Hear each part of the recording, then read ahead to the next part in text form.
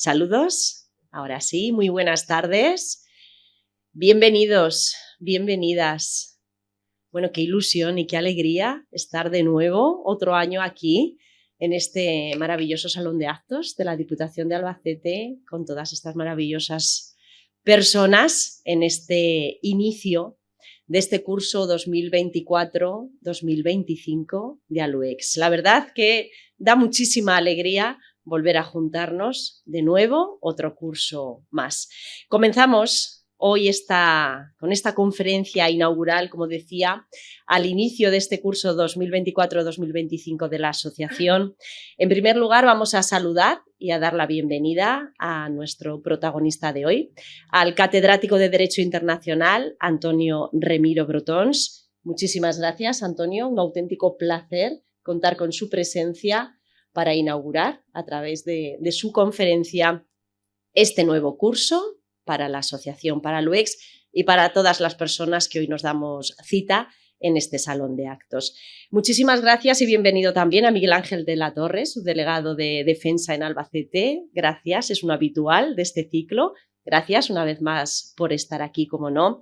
Bienvenido también a los diputados provinciales, al diputado de Asuntos Sociales, José González, también a la diputada de Atención Ciudadana, Ana Albaladejo, y al diputado del grupo Vox, José Luis Serrano. Muchísimas gracias también por acompañarnos, en el caso de José González y Ana Albaladejo, también concejales en el Ayuntamiento de Albacete.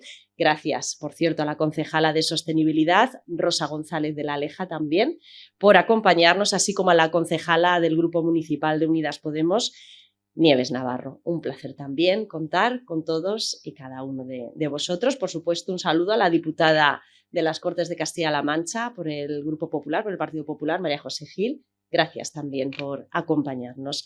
Gracias a algunos de los conferenciantes que esta tarde están por aquí. No los puedo nombrar a todos y cada uno de ellos porque alguno también se me olvidará. Bueno, pues sí, con vuestra presencia pues visibilizamos, ¿no?, esa importancia que tienen todas las personas que se sientan lunes tras lunes y vuelcan todos esos conocimientos con un auditorio que está deseando seguir aprendiendo. Gracias, por tanto, un fuerte saludo, como no, a la Junta Directiva de la Asociación de ALUEX, encabezada por su presidente, por Juan José Caravaca. Gracias por el importante trabajo que realizáis día a día durante todo el año, una labor impagable. Y bueno, pues ALUEX sigue trabajando y además, y creo que esto es importante, se ha convertido en una asociación, en una entidad que no es que siga con el mismo prestigio que tenía desde que nació, sino que tiene muchísimo más. Ha ido aumentando año tras año en prestigio, en fuerza, en poder de convocatoria y en distinción, porque tiene mucha distinción. Bueno, y a todos ustedes, como no, nuestro público fiel, bienvenidos, bienvenidas. Gracias hoy y siempre por estar con nosotros. Bueno, saludamos también, me lo van a permitir en esta conferencia inaugural, a todo el personal de la Diputación, encabezado por el personal de Cultura. Hoy Begoña también, que la he saludado al principio, nos acompañaba. Gracias por el apoyo, pero también a todo el personal de la conserjería, personal de sala, bedeles, conserjes, técnicos de sonido y a todas y cada una de las personas que nos facilitan este trabajo. Y bueno, Juan José, nos podemos marcar como compromiso el tratar de ser un poquito más puntuales a la hora de la salida, ¿verdad? Bueno, prometemos que lo vamos a intentar. Por supuesto, también a los compañeros gráficos, que hoy además hay varios aquí acompañándonos. Bueno, empezamos por Carmela y por Adela, que ya son las personas encargadas de grabar estas conferencias, las editan y después las suben a internet para que podamos volver a verlas o verlas en el caso de que no hayamos podido venir. Ya saben, en la página web de ALUEX y también en la de la Diputación Provincial de Albacete. Por supuesto, a Paco, miembro de la Junta Directiva, que también realiza esas fotografías todas las semanas para nutrir las propias redes de la asociación. También a José Chu Manzanares, de Visión Press, también muchísimas gracias, llevas ya tiempo, años acompañándonos. y pues no podía ser menos, ya saben, en Vision Press, en su página de Facebook. Allí pueden encontrar todas las fotografías. Por supuesto, todas las personas que, bueno, pues pertenecen a diferentes grupos políticos y, bueno, pues están acompañando, en este caso, asesorando en las labores de comunicación, bueno, pues a aquellas personas con las que tienen ese compromiso. Muchísimas gracias también, no lo menciono uno a uno, que si no nos extendemos demasiado. Y a los compañeros de los medios de comunicación, antes estaba la Tribuna de Albacete haciendo esas fotografías, periodistas de diferentes medios, gracias también, cómo no, por haceros eco de este maravilloso ciclo de conferencias. Bueno, les decía, las conferencias pueden verlas en la página web de la Diputación, en ALUEX, o a través de los diferentes medios que hemos ya mencionado. Primera conferencia de este ciclo, perdón, me olvido, a las personas que están realizando esa labor de interpretación de lengua de signos. Ellas son Belén Quílez y Aida, discúlpame Aida, que no tengo ahora mismo tu apellido. Bueno, muchísimas gracias también por esa importante labor. Ya saben que al final del ciclo del año pasado se incorporó este servicio pues para todas aquellas personas que necesiten esta interpretación en lengua de signos, pues ALUEX se suma también de esta manera a la inclusión tan importante. Decía, primera conferencia de este ciclo, que este año se ha denominado El valor de la cultura. Un nombre, no piensen que así al azar, sino que está muy pensado y muy reflexionado, porque podemos pararnos un segundo y pensar, detenernos y reflexionar sobre el valor que tiene la cultura. ¿Qué valor tiene la cultura? ¿Cómo lo podemos medir? ¿Cómo podemos medir la cultura? ¿En términos económicos? ¿Lo podemos medir en términos sociales? ¿En valores? ¿En conocimientos? ¿En progreso para la sociedad también? ¿Valoramos la cultura? ¿Cómo debemos hacerlo? ¿Cómo se merece? Y hoy en día, ¿hay valor? ¿Somos valientes a la hora de hacer cultura? Bueno, pues el título de este ciclo nos invita a pensar sobre todas y cada una de estas cosas. Podríamos casi dedicar una conferencia o un miniciclo a hablar precisamente del valor de la cultura.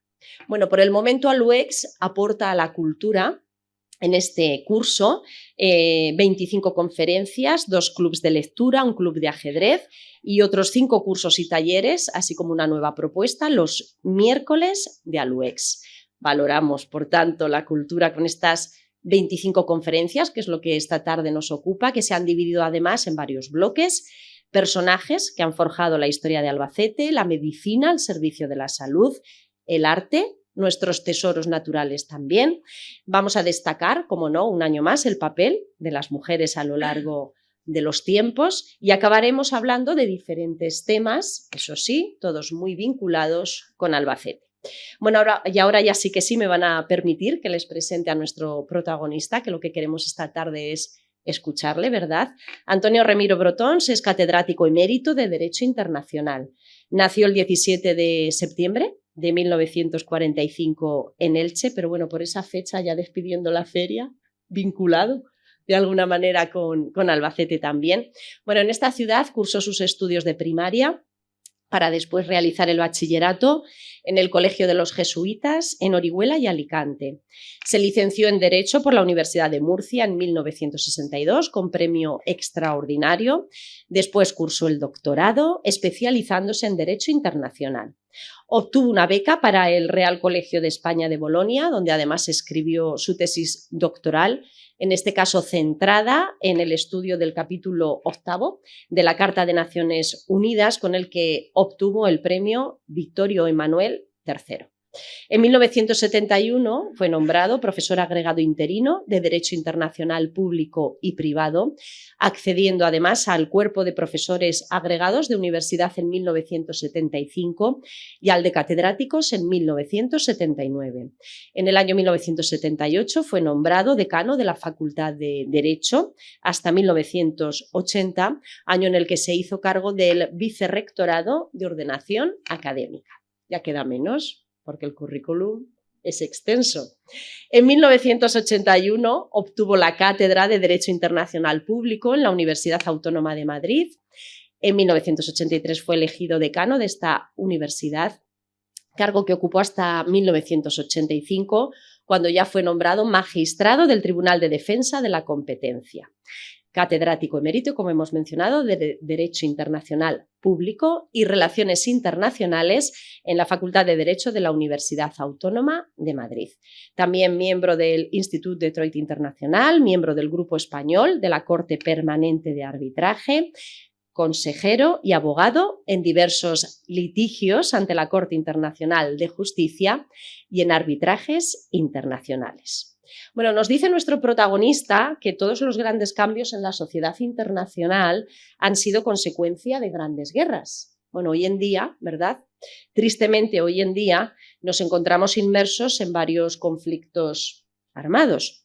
Bueno, no sabemos si en este caso los podemos denominar como grandes conflictos o no lo son. No sabemos si el denominarlos de una manera u otra, lo sabremos, puede responder o obedecer a su tamaño, a su dimensión internacional, a sus causas o quizá también a sus consecuencias o, más que evidentes, intereses económicos, geopolíticos, también ideológicos y, como no, territoriales. Bueno, un análisis como el de nuestro protagonista hoy en día y siempre, pero hoy en día es más necesario que nunca para conocernos, no tanto sorprendernos, porque no nos vamos a engañar, pero para conocernos como sociedad. Bueno, y ahora ya sí que sí, les dejo con Antonio Remiro Brotons. Muchísimas gracias por venir.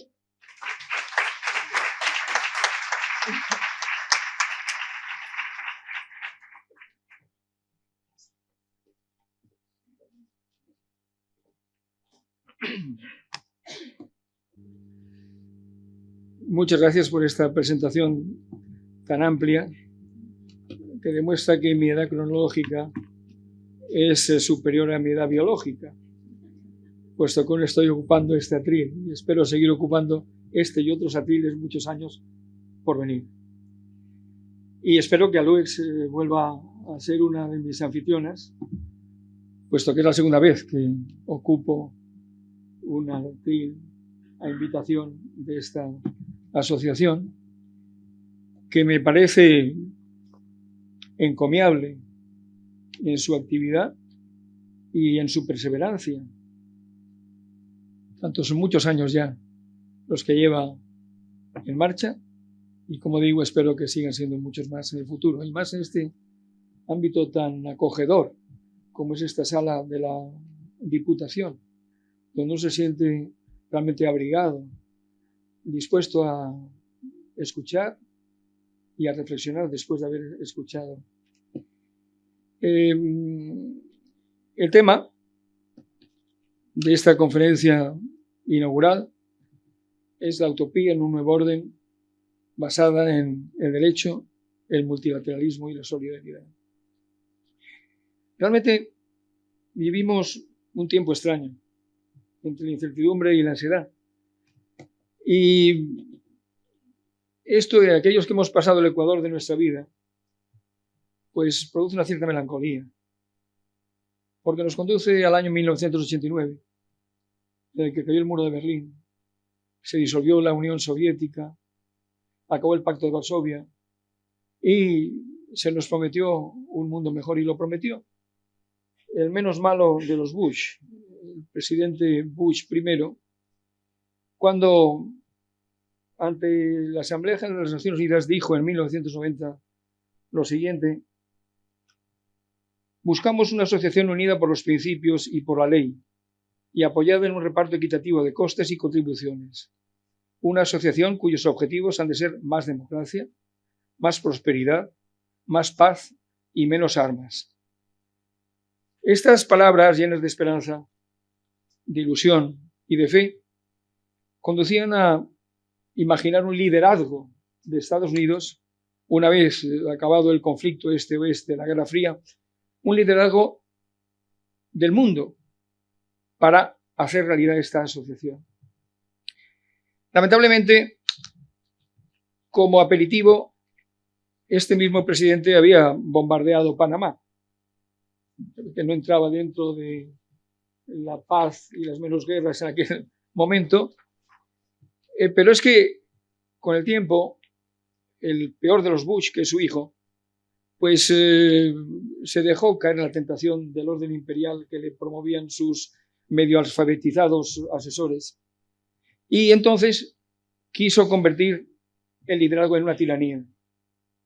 La tiranía de Estados Unidos frente al mundo, aprovechando la debilidad de Rusia y la no todavía consolidación como gran potencia de China. Bien, hemos olvidado en el transcurso de estos 35 años, desde 1989 hasta nuestros días, que se bombardeó Serbia, que hubo un genocidio en Ruanda, que después del 11 de septiembre de 2001 se invadió Afganistán, se intervino en Siria, se invadió en Irak sin causa que lo justificase. Hemos olvidado todo esto. Ahora sí, de la caja de Pandora la han abierto el conflicto, la agresión de Rusia contra Ucrania. No. La caja de Pandora se abrió en 1989. Y la abrieron nuestros amigos, no nuestros enemigos. Nuestros enemigos han copiado a nuestros amigos. Las cajas de Pandora son excelentes mientras están cerradas. Uno podría tener en su casa muchas cajas de Pandora. El problema de las cajas de Pandora es abrirlas. Cuando se abre la caja de Pandora y ustedes ahora dirán, es verdad. Yo nunca he hablado de las cajas de Pandora como tales. Siempre he dicho, he abierto la caja de Pandora. Han abierto la caja de Pandora. ¿Por qué es abrir la caja de Pandora lo que trae las calamidades al mundo? Las calamidades, las miserias están dentro de la caja de Pandora. Pero cuando hay quienes, con responsabilidades políticas fundamentalmente, abren la caja de Pandora, pueden a circular una serie de miserias y calamidades a las que tenemos que hacer frente. La caja de Pandora se abrió en el 89 y sigue abierta.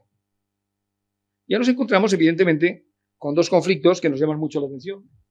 El conflicto de Ucrania, nacido de la agresión de Rusia a Ucrania, un conflicto que el presidente de Ucrania trata de internacionalizar al máximo posible,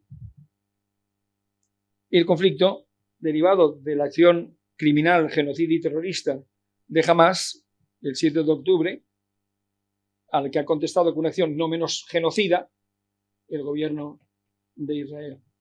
Al que, por cierto, la ley del talión le parece poco, porque si se hubiera cobrado únicamente 1.200 vidas palestinas, podríamos decir que estaba aplicando la ley del talión, ojo por ojo, diente por diente, pero se ha cobrado 40 o 50 ojos y dientes por cada israelí asesinado el 7 de octubre.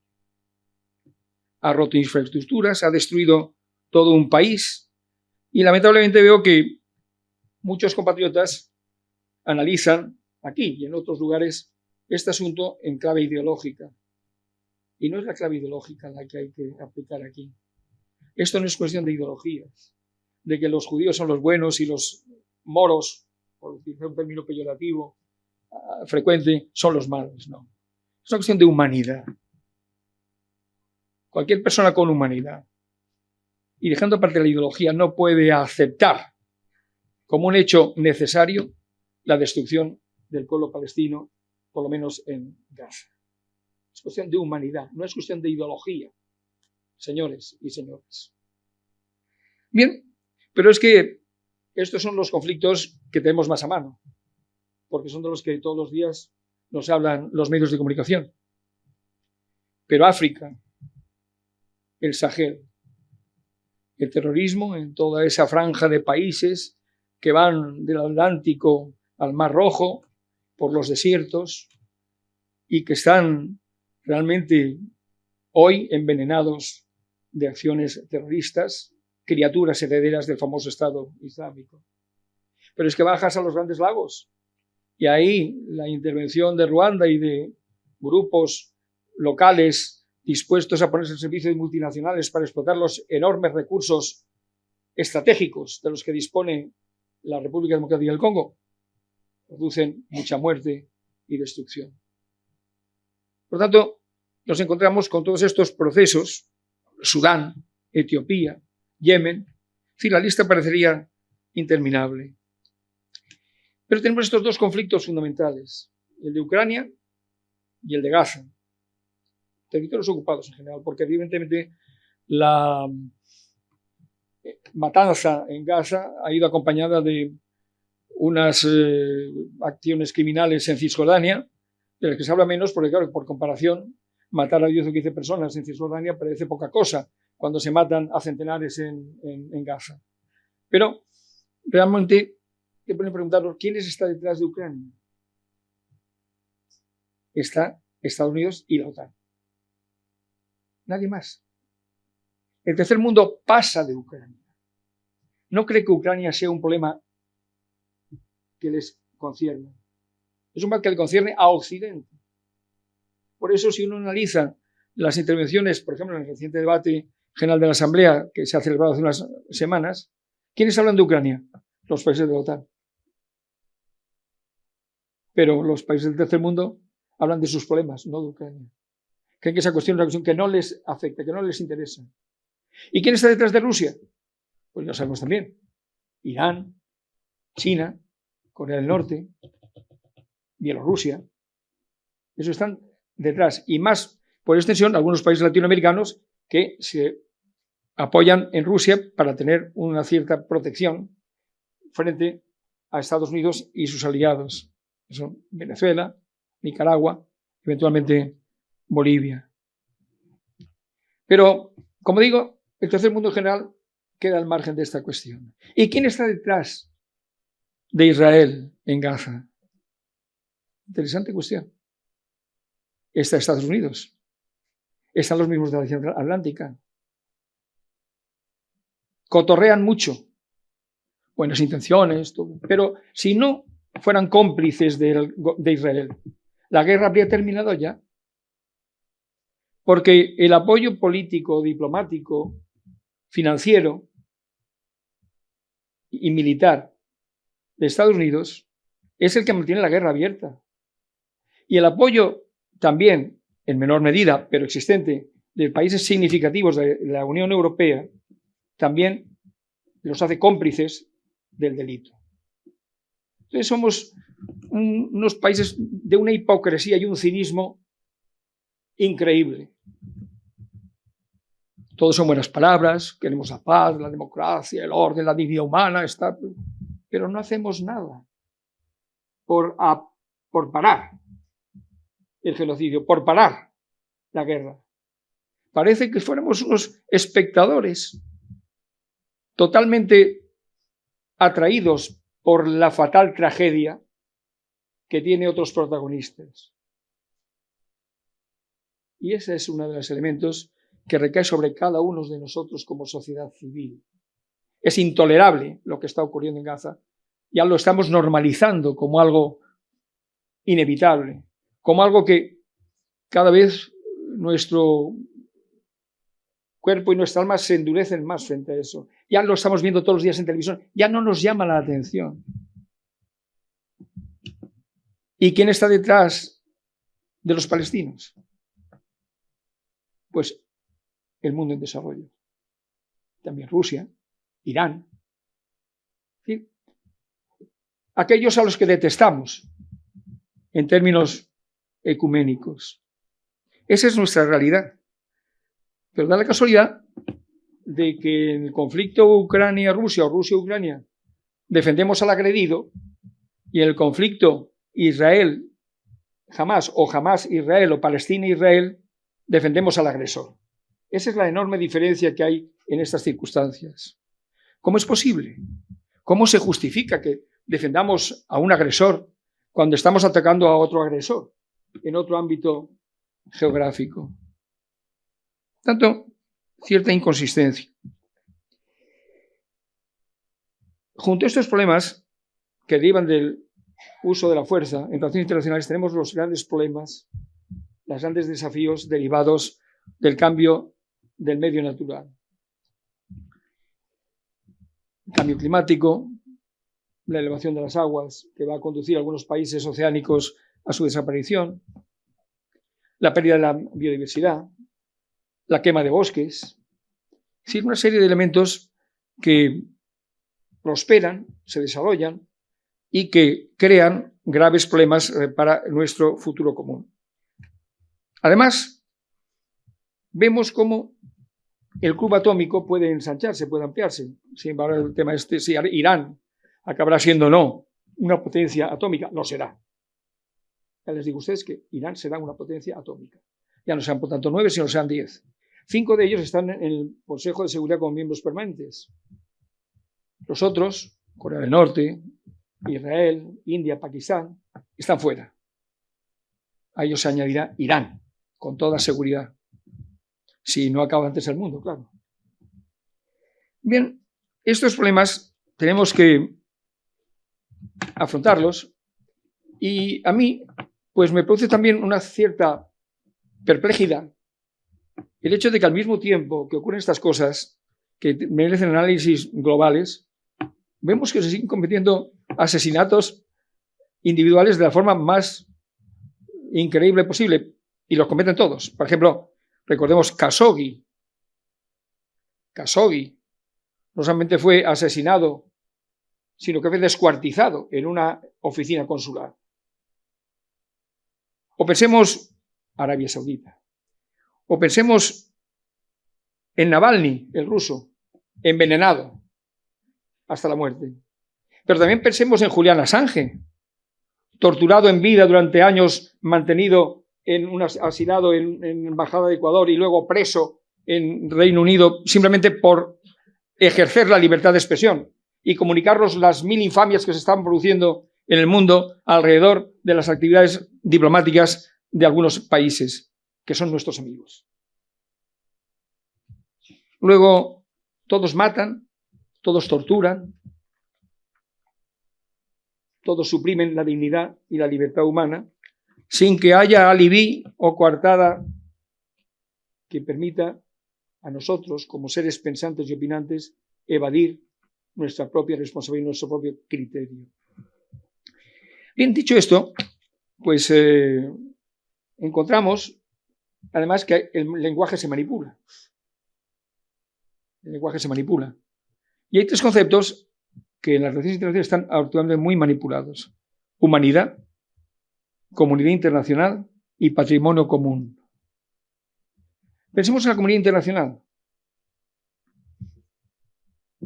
Parece que la comunidad internacional es patrimonio de Occidente. Uno apenas encuentra referencias a la comunidad internacional en intervenciones de países tercermundistas o de los países malos del este. Pero Estados Unidos y la Unión Europea tienen un enorme interés continuamente en mencionar la comunidad internacional. Cuando toman sanciones, que es una verticalidad enorme y que un Estado no está autorizado a autorizar frente a nadie, una medida coercitiva unilateral no es de recibo en el orden internacional. Ellos no lo llaman medida coercitiva, lo llaman sanciones. O sea, ellos se arrogan el derecho de sancionar a quienes no pasan por el aro. Y entonces verán ustedes muy frecuentemente en los medios que se habla de Estados Unidos y la comunidad internacional. La Unión Europea y la comunidad internacional. Es decir, la comunidad internacional es un acompañante que legitima, que ennoblece las acciones unilaterales de estos países a los que pertenecemos. Yo me meto mucho a los países a los que pertenecemos porque es lo que me interesa. Yo no puedo entrar. ¿De qué sirve que yo critique a Rusia, a China, si escapan totalmente a mi capacidad para influir en la opinión pública? Yo tengo que entrar con aquello que me dicen que son quienes defienden mi libertad y mi dignidad, y entiendo que no lo hacen debidamente porque atacan la dignidad y la libertad del prójimo, que es también mi compañero de viaje en este planeta, sea cual sea su origen y sea cual sea el lugar donde viva y desarrolle sus actividades. Eso de los buenos y los malos no me lo creo. Por tanto, si analizo esto, llego a la conclusión de que la comunidad internacional, tal como ha sido interpretada por los países occidentales, ha dado grandes pruebas de derramar sangre y de atizar los conflictos en lugar de resolverlos. Esto naturalmente es muy discutible, pero para eso está el debate. Yo lo que quiero es que ustedes no se traguen las píldoras estereotipadas de los medios y carezcan ya de una capacidad crítica para reflexionar por sí mismos sobre esos hechos, tal como se producen. Y por tanto mi ánimo no es que ustedes opinen como yo. mi ánimo es que ustedes opinen por sí mismos, con arreglo a las informaciones que reciban de esos y de otros medios y lo que yo les comunique. Por lo tanto, ese es mi propósito. Yo no soy apóstol de nada. Soy libre, independiente y me equivoco por mi propia cuenta. No necesito ayudas para equivocarme. Pues bien,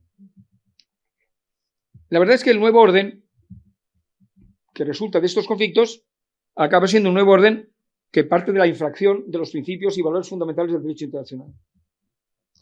Y cabe preguntarse si no hay reforma sin cataclismo. Es decir, podemos pensar que mientras que la Sociedad de Naciones nació de la Primera Guerra Mundial, Naciones Unidas nació de la Segunda Guerra Mundial, ahora lo que sea, las nuevas Naciones Unidas tienen que nacer de una nueva guerra mundial. Es imposible que seamos capaces, mediante el debate racional, de buscar un compromiso para que todos los que forman este planeta, donde somos buenos y malos todos, porque nosotros no somos los buenos, somos parte de los buenos y también tenemos parte de maldad. El mal existe. El mal existe. Tenemos que pararlo en nosotros mismos y en los estados. El mal existe, pero vamos a pensar que necesitamos un nuevo cataclismo. Somos tan salvajes, tan bárbaros, para pensar que sin cataclismo no hay nuevo orden. Que somos incapaces de aplicar en una gran conferencia multinacional, con presencia de todos, y tengo que decir, y de todas, claro, para no fallar. Antes dice, bueno, una broma para decir lo que iba a dar esta conferencia, pero ya no me atrevo. Ya no me atrevo, porque sea demasiado, iría contra el lenguaje políticamente correcto y yo soy habitualmente incorrecto, pero claro, ya tengo una cierta prudencia, ¿no? Bueno, volviendo al tema. Es que no vamos a ser capaces de modificar esto por vías pacíficas. Realmente el escenario es inquietante, porque estamos volviendo a planteamientos propios del siglo XIX, pero con armamento del siglo XXI. Yo en un librito que escribí y que debió tener mejor fortuna hace cerca de 30 años, que se llama Civilizados, bárbaros y salvajes, el nuevo orden internacional, sostenía que quizá la humanidad debía inspirarse en el orden de los chimpancés. Los chimpancés luchan entre sí, pero cuando hay uno que prevalece, los demás acatan y se restablece una cierta, hasta que surge otro chimpancé que puede desafiar. Bueno, pero dije, bueno, pues estos son chimpancés atómicos, ¿no?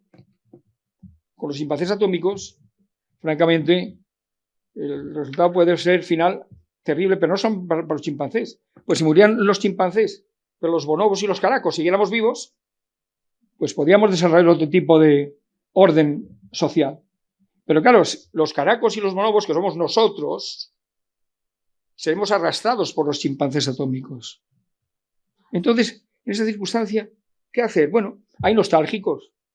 Hay nostálgicos que nos dicen que no pasa nada, que el mundo es como siempre, que lo que está ocurriendo no es nada diferente a lo que ocurría al comienzo de la humanidad. Por tanto, negan cualquier tipo de amenaza o de peligro o de riesgo para nosotros mismos de cara al futuro. Son negacionistas, son apóstoles de la seguridad. El concepto básico que les gusta es el concepto de seguridad, un concepto que yo detesto, por cierto.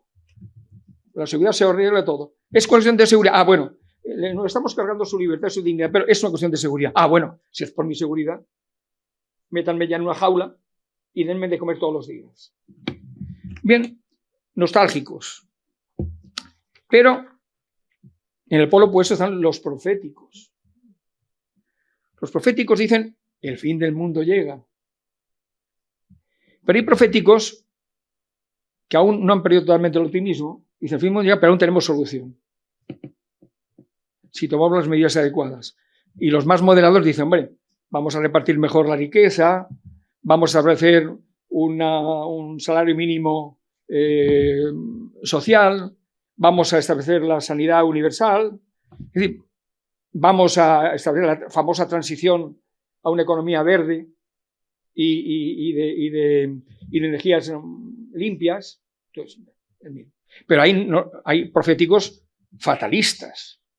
que dicen, no tenemos ya solución, estamos perdidos, no sabemos la fecha, pero el mundo se acaba. Y se acaba, haga usted lo que haga, el punto de no retorno ya ha llegado. Así que, simplemente, compren alguna reserva en uno de los cohetes interestelares del señor Musk, a ver si en otro planeta pueden desarrollar alguna vida futura, porque en esta ya no hay salida para nadie. Estos son los fatalistas.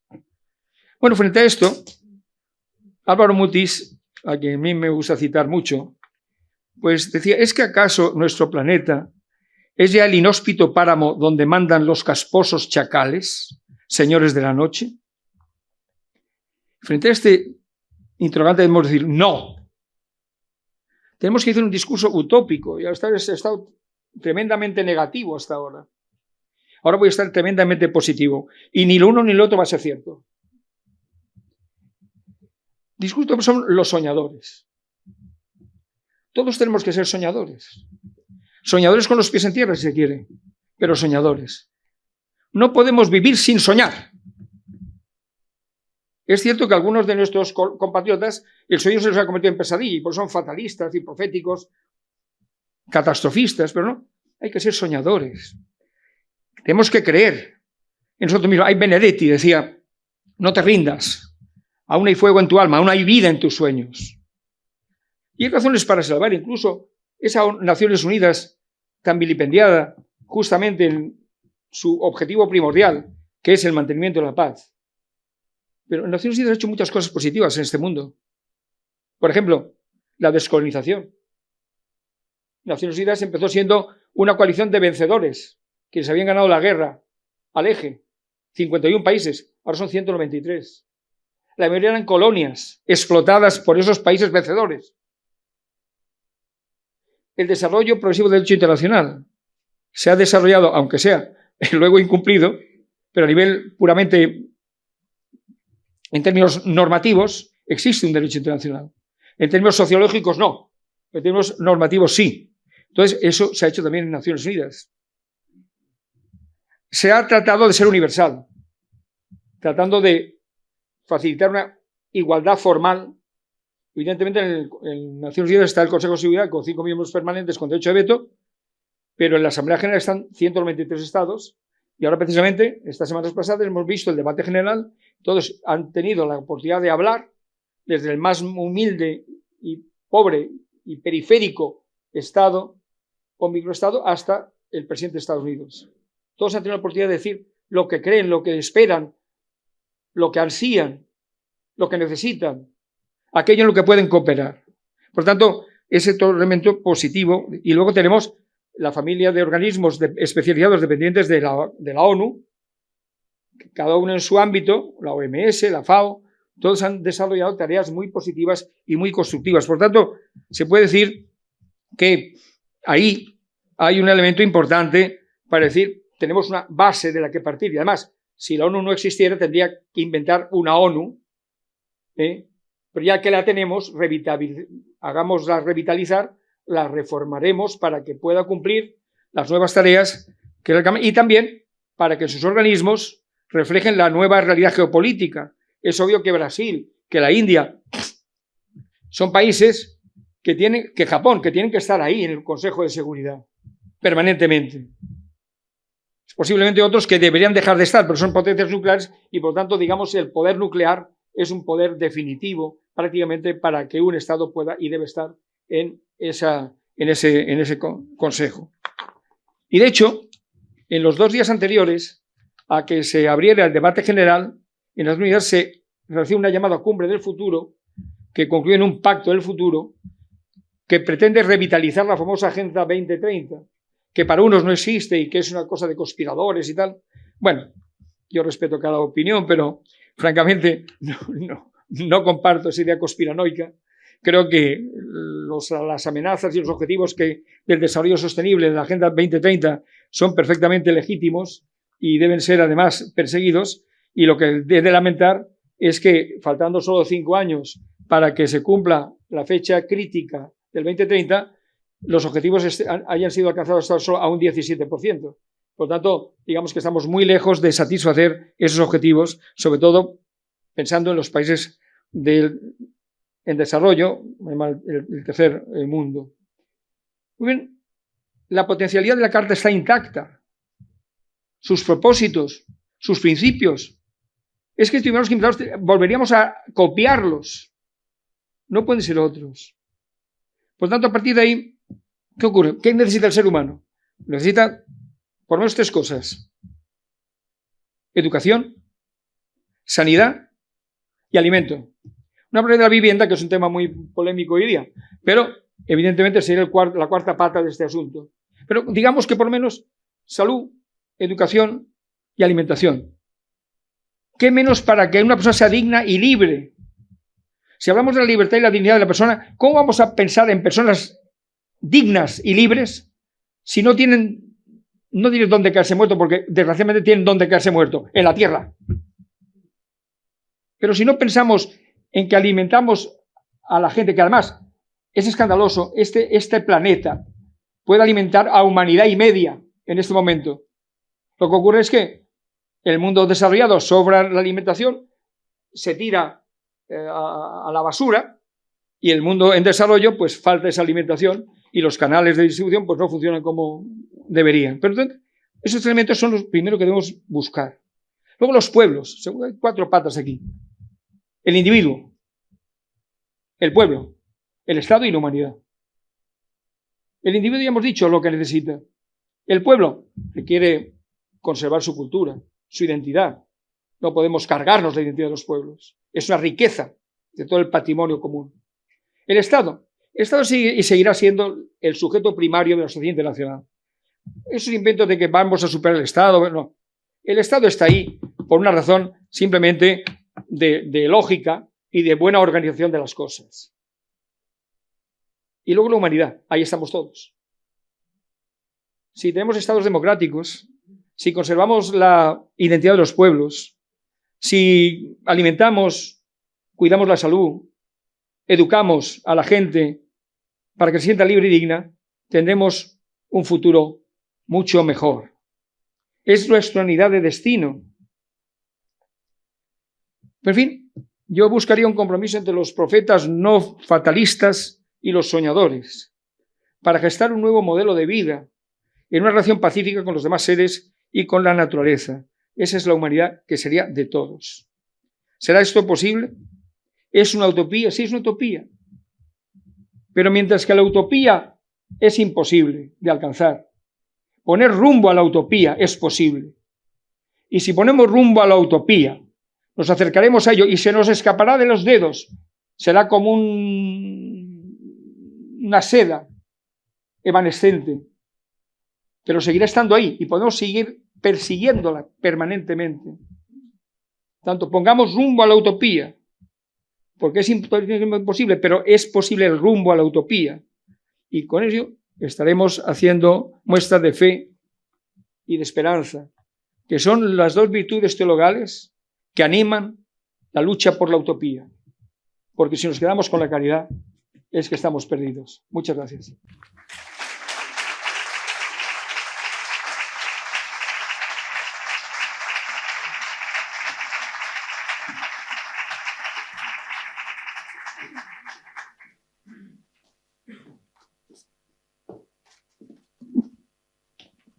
Hay tiempo para los futboleros.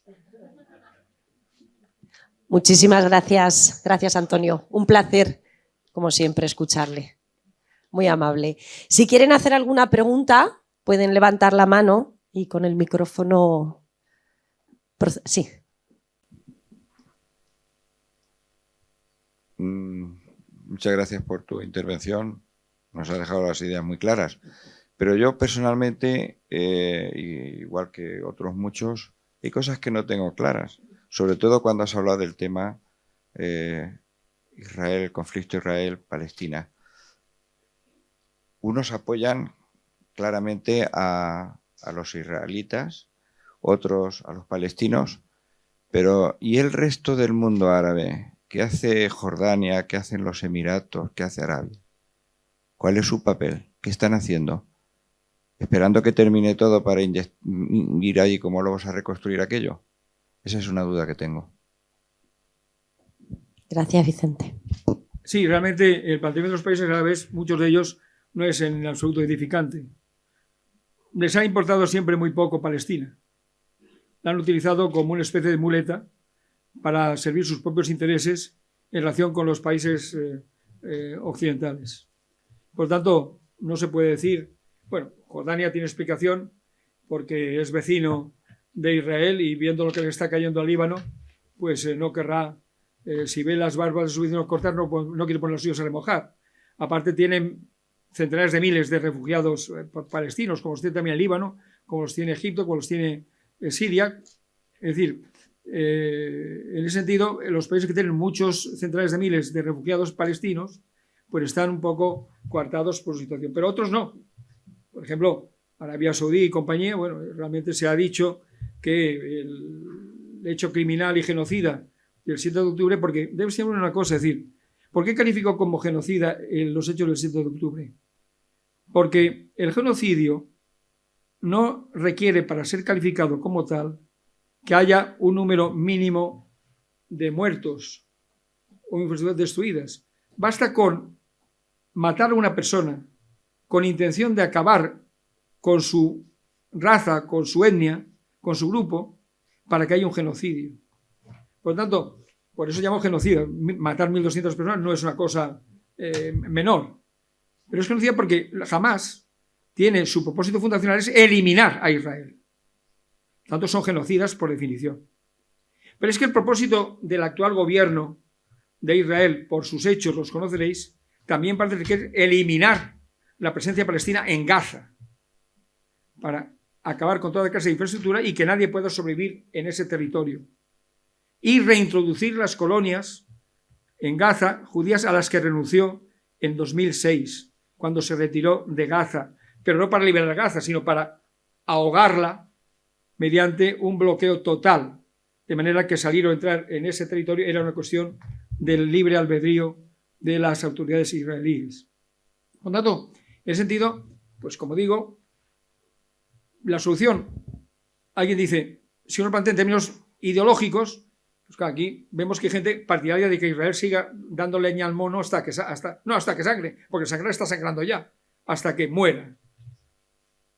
Pero si lo mira uno, y claro, uno puede sentirse culturalmente más próximo a los judíos que a esta clase de árabes descerebrados que practican por sistema la acción genocida y terrorista. Pero si uno se detiene a pensar en términos de seres humanos, uno no puede sostener que la defensa de Israel pase por eliminar de una forma tan brutal a miles y miles de personas. No puede. Y yo lo lamento mucho, yo respeto todas las opiniones, pero si él me dice que sí, pues para mí he de confesar que no es un ser humano que me merezca la pena contactar. Por tanto, esta es la realidad que nos mueve en este territorio. Es decir, cuando gobernaban en Israel el señor, por ejemplo, en un momento que estuvo a punto de alcanzarse la paz, ¿y qué hicieron los judíos extremistas?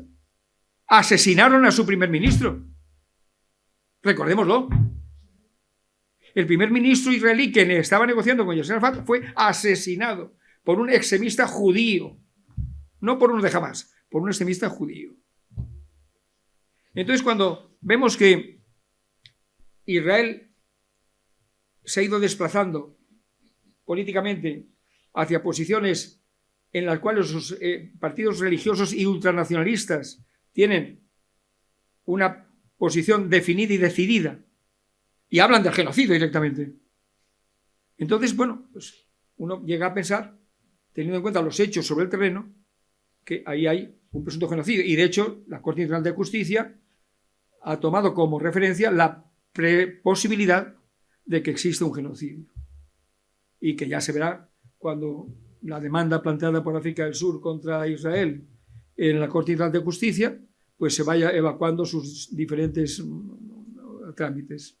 Pero yo quiero señalar que, claro, que este hecho tiene muchos antecedentes. Es decir, los primeros actos terroristas en Oriente Próximo los patrocinó justamente el movimiento nacionalista israelí que iba a encabezar después el Estado recién constituido de Israel. ¿Quién mató al conde Bernadotte, enviado del secretario general de las Naciones Unidas al territorio como mediador? Lo mataron los israelíes, los judíos israelíes.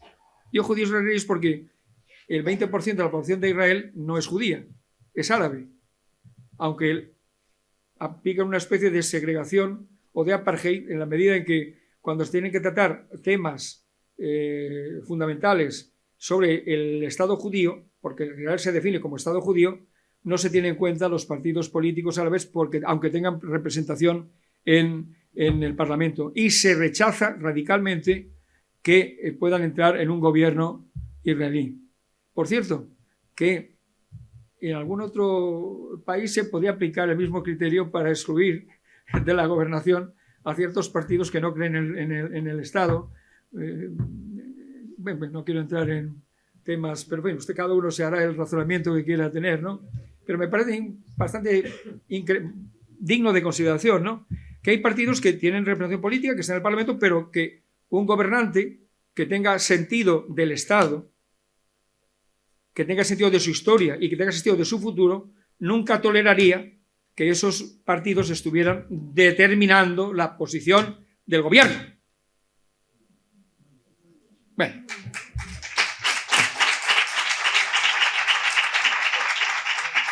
¿Alguna pregunta más? Sí. ¿Le pueden pasar el micrófono?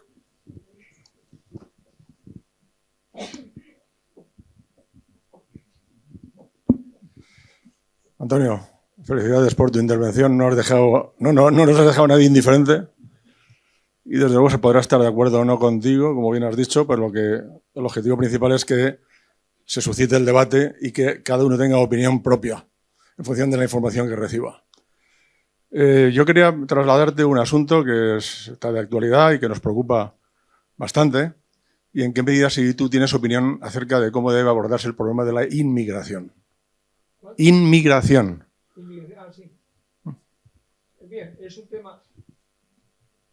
un tema peliagudo, es el tema de nuestros días, es un tema en el que mi posición personal es que necesitamos inmigrantes, pero inmigrantes regulares, inmigrantes fruto de un proceso concertado con los países de origen que vaya nutriendo la mano de obra que necesita este país según todos los análisis que se vienen haciendo. Lo que no necesita son inmigraciones irregulares controladas por mafias que hacen sus negocios y que te plantean de momento problemas graves incluso de mantenimiento de esas personas y también de orden social. Está claro que este asunto provoca en la gente normal y corriente, no tiene por qué estar ideologizada, pero seria preocupación, porque también la idea de que con el tiempo la inmigración que procede de ciertos países pretenda alterar las bases culturales que te han venido alimentando es muy preocupante. En ese sentido, por ejemplo, yo soy ampliamente partidario de la inmigración latinoamericana porque, en principio, aparte, por varios motivos. Primero, la facilidad de relación, pero en segundo lugar también porque vienen con ánimo de integración, que es lo importante.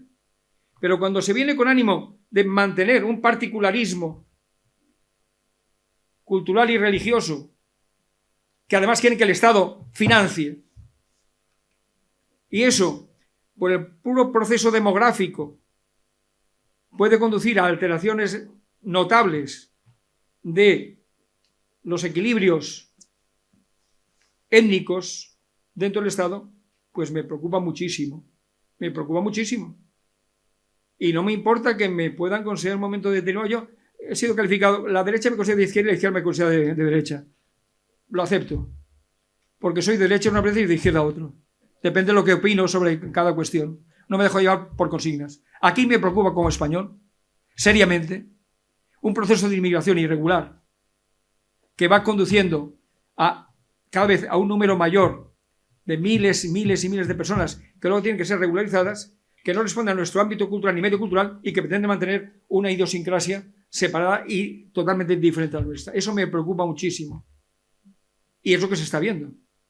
Es lo que se está viendo. Y no creo, francamente, que los gobiernos, nuestros, pero también de otros países, estén manejando esta cuestión con eficacia. No sé cómo se debe manejar, yo no soy político, pero tengo derecho, como decía, a reclamarle a los políticos que actúen en consecuencia, que se pongan los machos y que manejen esta cuestión antes de que definitivamente se nos vaya de las manos.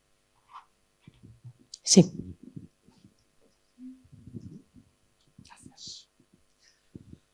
Bueno, enhorabuena por su conferencia, ha sido muy esclarecedor y quería decirle lo siguiente. Bueno, en primer lugar, como veo que usted es catedrático de Derecho Internacional, decirle, yo recuerdo, es una digresión personal, en los años 70 yo estudié Derecho en la Universidad de Barcelona y recuerdo perfectamente que las asignaturas de Derecho Internacional, tanto el privado como el público, realmente eran cocos, eran asignaturas complicadas realmente, ¿no? Pero en fin, repito, esto es una digresión personal. Yo quería referirme, ya lo ha apuntado usted de alguna forma, al hecho del rol que tiene hoy en día las Naciones Unidas, la ONU. Sabido es que después de la Primera Guerra Mundial se constituyó la Sociedad de Naciones con la idea, peregrina seguramente, de que no hubiese una nueva guerra, de que se estableciera una paz entre las naciones y demás, y al cabo de 20 años tuvimos la Segunda Guerra Mundial. Aquí apareció, usted lo ha explicado muy bien, las grandes potencias propiciaron la creación de la ONU, pero yo sinceramente creo que la ONU en el momento actual significa muy poco. Ha hablado del proceso de descolonización, estoy de acuerdo, pero la verdad es que hoy en día me da la impresión que la ONU es papel mojado, máxime cuando tenemos el Consejo de Seguridad con el derecho de veto y demás. Mi pregunta en concreto es, ¿habría que construir una nueva ONU, una nueva sociedad de naciones bajo otros pilares, bajo otros principios, evitando el veto de las grandes potencias? En fin, quería que usted pudiera profundizar al respecto en este tema. Sí, muchas gracias. Bueno, yo siempre digo, el derecho internacional existe porque yo he vivido de él durante 40 o 50 años. O sea que evidentemente eso es la mejor prueba sociológica de que existe, ¿no? Pero bueno, dejando la broma aparte, el derecho internacional es consciente de sus limitaciones, pero es un magnífico marco de referencia para evaluar los comportamientos políticos y sociales. Es decir, que nosotros podemos pensar que el derecho internacional no se cumple, pero tenemos una arquitectura de principios, valores y normas que nos permite juzgar. No ya con base en la moral o en la ética, no, en el derecho internacional. Claro, por otra parte, si analizáramos también el nivel de cumplimiento de muchos derechos estatales, pues tendríamos que decir que el derecho interno tampoco existe en muchos países, o algunas ramas del derecho interno tampoco existen en muchos países, ¿no? Y que cuando se quieren aplicar incluso pues inventan mecanismos para que se dejen de aplicar. Por ejemplo, el derecho penal, la amnistía, que es inconstitucional por definición. Pero, en cuanto a la pregunta, evidentemente, deberíamos, ciertamente, si no existieran Naciones Unidas, crear unas Naciones Unidas. Porque, ¿cuál es la alternativa? ¿Bloques hegemónicos en contraposición? ¿Vamos a concebir un mundo en el inmediato futuro donde haya, por ejemplo, el grupo de Europa alrededor de la OTAN, Estados Unidos y la OTAN? Que la OTAN ya no es un mecanismo que se refiere exclusivamente al Atlántico Norte, porque tiene vinculaciones propias con todo el sistema de ANZUS, es decir, Australia, Nueva Zelanda. Es decir, vamos a hacer la OTAN, digamos, por una parte del sentido, vamos a crear luego el grupo de los BRICS famosos, Brasil, India, África del Sur, China y la otra no recuerdo el momento cuál es, vamos a crear a partir de ese grupo que son los países emergentes, pero ya son grandes potencias en sí, pero van a estar aparte de estas porque tienen una identidad, una ideología diferenciada. Y alrededor de esos BRICS se van a unir grandes grupos de países en desarrollo.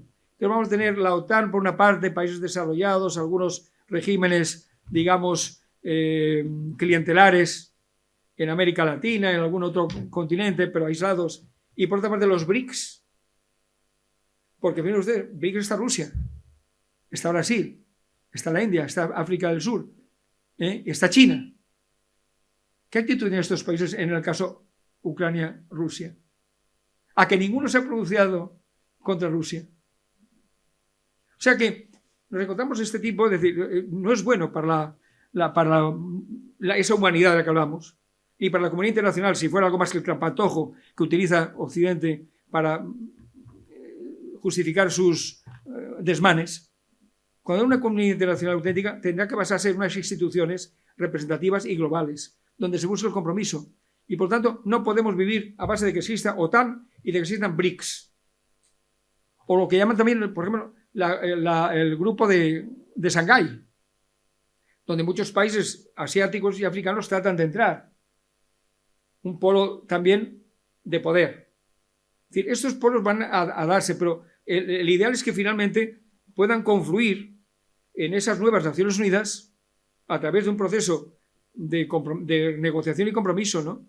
Y de hecho ahora existe una expectativa de que se produzca una negociación seria, porque ya Estados Unidos y Francia han admitido la idea de modificar el Consejo de Seguridad para incorporar a algunos de estos países, para incorporar a Japón, para incorporar a la India, para incorporar a Brasil. Y por tanto, en ese orden de cosas, algo se mueve otra vez. Pero si no hacemos esto, un mundo basado en 2, 3 polos de poder en conflicto va a ser muy desestabilizador para nuestro planeta. Muchísimas gracias. ¿Hay alguna otra pregunta? Sí.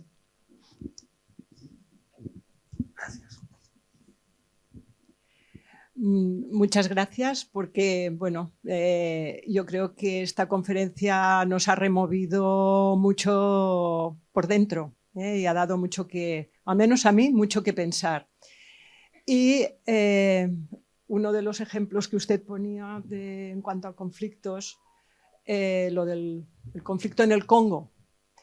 Y esto viene un poco pues, a raíz de que ayer, pues un corto de ahora que hemos tenido las jornadas, estamos teniendo las jornadas de Avicine, pues el corto explicaba cómo la violación a las mujeres en determinadas zonas del Congo es un arma que consigue desplazar la población de los lugares de donde se sacan estas materias primas necesarias para nuestros móviles, para nuestros ordenadores, para nuestros vehículos.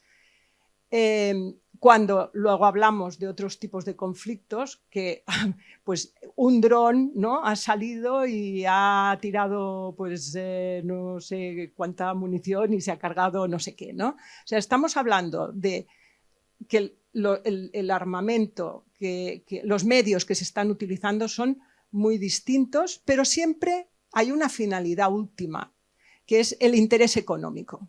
Creo que finalmente, en mi opinión, si alguien pensará que no, la ideología es un pretexto para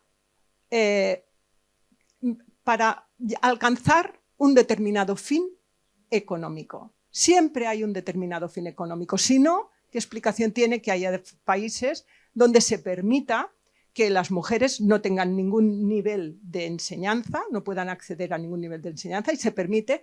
Claro que nos queda lejos, pero es que hemos visto otro corto donde Dinamarca está saltándose todos los derechos humanos con el tema de la inmigración. En estos momentos, cuando era un ejemplo hace casi nada de trato a los emigrantes, dejando aparte la teoría, bueno, la opinión que todos podemos tener al respecto de los movimientos migratorios. Yo creo que al final todo es un tema económico Y si quizás se intentase desde una política internacional enfocarlo más hacia hasta dónde podemos llegar o dónde ponemos los límites, igual conseguiríamos más resultados. No sé. Bueno, es muy interesante su reflexión. Debemos señalar, en primer lugar, que en efecto la República Democrática del Congo, particularmente en el este del país, tiene la desgracia de ser muy rica en recursos importantes hoy para las nuevas tecnologías, aparte de los recursos tradicionales que siempre ha tenido. Y que en ese espacio el gobierno de la República del Congo prácticamente no ejerce ningún tipo de control. Está en manos de bandas mafiosas, criminales, en connivencia, lamentablemente, con un gobierno de un estado vecino que es Ruanda. Y es lamentable el pensar que en un país que fue objeto de un genocidio, en los que, digamos, se perseguía a una minoría étnica que luego finalmente se hizo con el poder, pues que esa minoría étnica ahora esté siendo cómplice de las bandas criminales para desestabilizar la República del Congo y obtener beneficios de eso. Esa misma Ruanda que colabora con el Reino Unido para que lleven los inmigrantes o peticionarios de asilo a tal. Es decir, la idea de la externalización del problema migratorio a través del asilo, porque claro, cualquier emigrante económico, en la migración económica no implica un derecho al asilo, pero cualquier emigrante económico utiliza la idea de que en su país, si no puede subir es porque hay una guerra y él puede ser víctima de esa guerra, de ese conflicto, y por tanto pide asilo por eso, y entonces sí que tiene derecho a ese asilo. Bueno, todo inmigrante económico acaba pidiendo el asilo donde va, porque es la forma de garantizar que al menos durante un tiempo va a estar en ese país con ciertas garantías. Pero ahora se quiere externalizar eso, o sea, tenemos esa circunstancia. El poder económico es muy importante, evidentemente, es, digamos, el eje, pero usted ha visto el poder económico, el poder. Tiene un elemento económico, pero es algo más que lo económico. Es la dominación. La economía es importante, elemento fundamental, como es la tecnología, como es la disposición de armamento adecuado, ¿verdad? Pero, evidentemente, hay una economía siempre detrás, hay unos, digamos, capitalistas, bien, pero trasciende a lo que es la mera economía. Para situarse en términos no tan tangibles, pero ciertos y reales. Eso se sitúa en la psique humana, advierte que no es todo lo que desea el dinero, desea el dominio, el control. Por tanto, hay un elemento adicional que le da a la economía pues un perfil peculiar. Muchísimas gracias también. Preguntas muy interesantes, ¿cierto? ¿Alguna cuestión más? ¿Sí? Bueno, voy para allá, un segundo.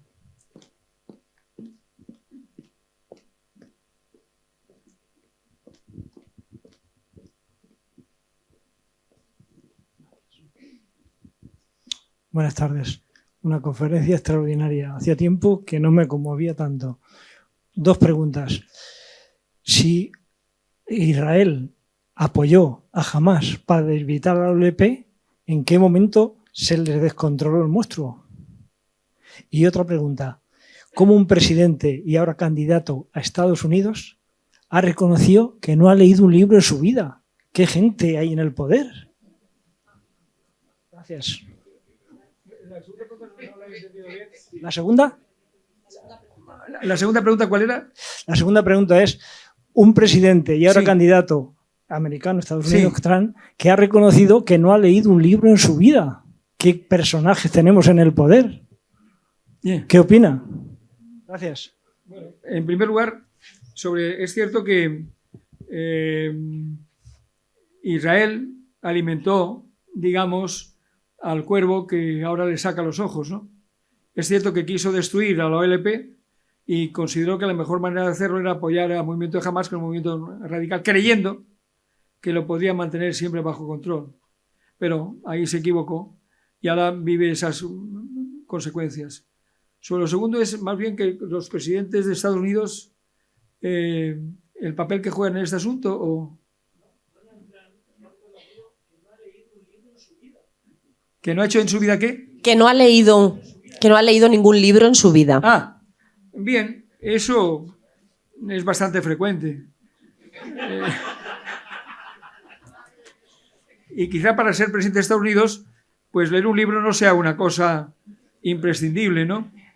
Además, a él se le nota bastante.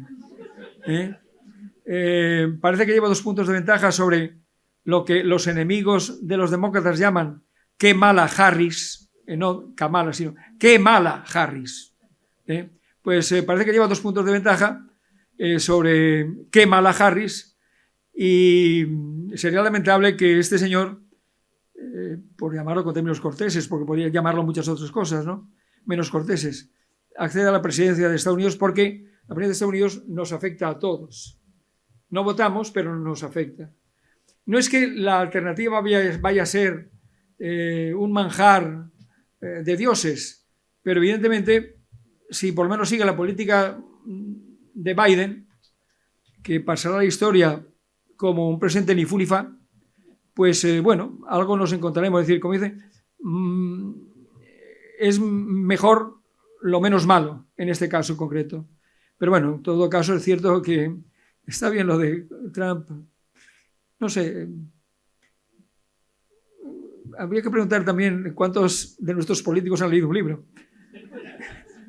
Debo por aproximar un poco el foco a lo más inmediato, ¿no? Muchas gracias.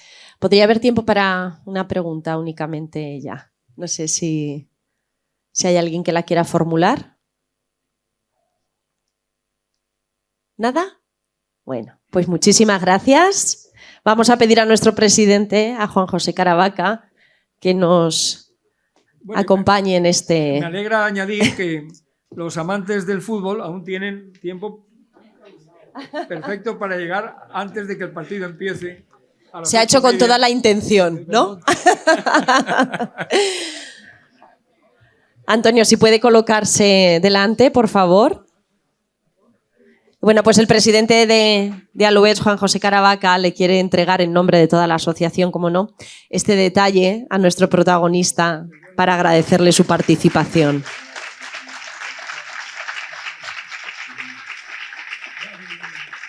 Juanjo, Antonio, si podéis mirar.